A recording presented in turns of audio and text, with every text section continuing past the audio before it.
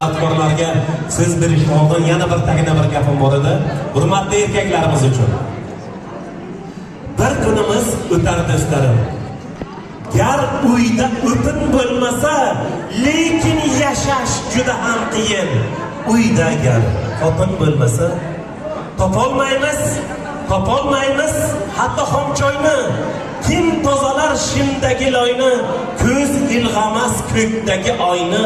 Uyda gar xotin bo'lmasa, gulzordan ham gul topolmaymiz. Yo tandirga non yopolmaymiz, ekib yer chopolmaymiz. Uyda gar xotin bo'lmasa, tinglamaydi aka ukamiz, dardimizni kimga to'kamiz? Mazza qilib Shahzodjon kimni so'kamiz?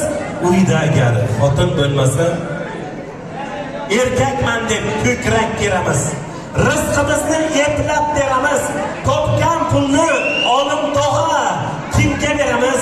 Uyda gar xotin bo'lmasa, bilolmaymiz kimga olishni, eplolmaymiz joy ham solishni, quchoqlaymiz sho'rlik bo'lishni.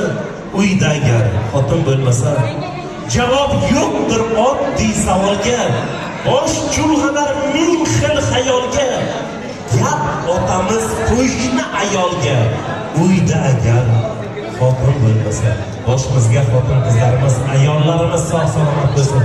Qizaloqlar ulg'ayib kelin bo'lsin, kelinchaklar onalar bu buvlar katta buv bo'lib, farzandlar boshiga sog' salomat bo'lib boraversin deymiz. Barchalaringizga rahmat aytamiz va navbatni san'atkorlarga beramiz. Marhamat san'atkorlar.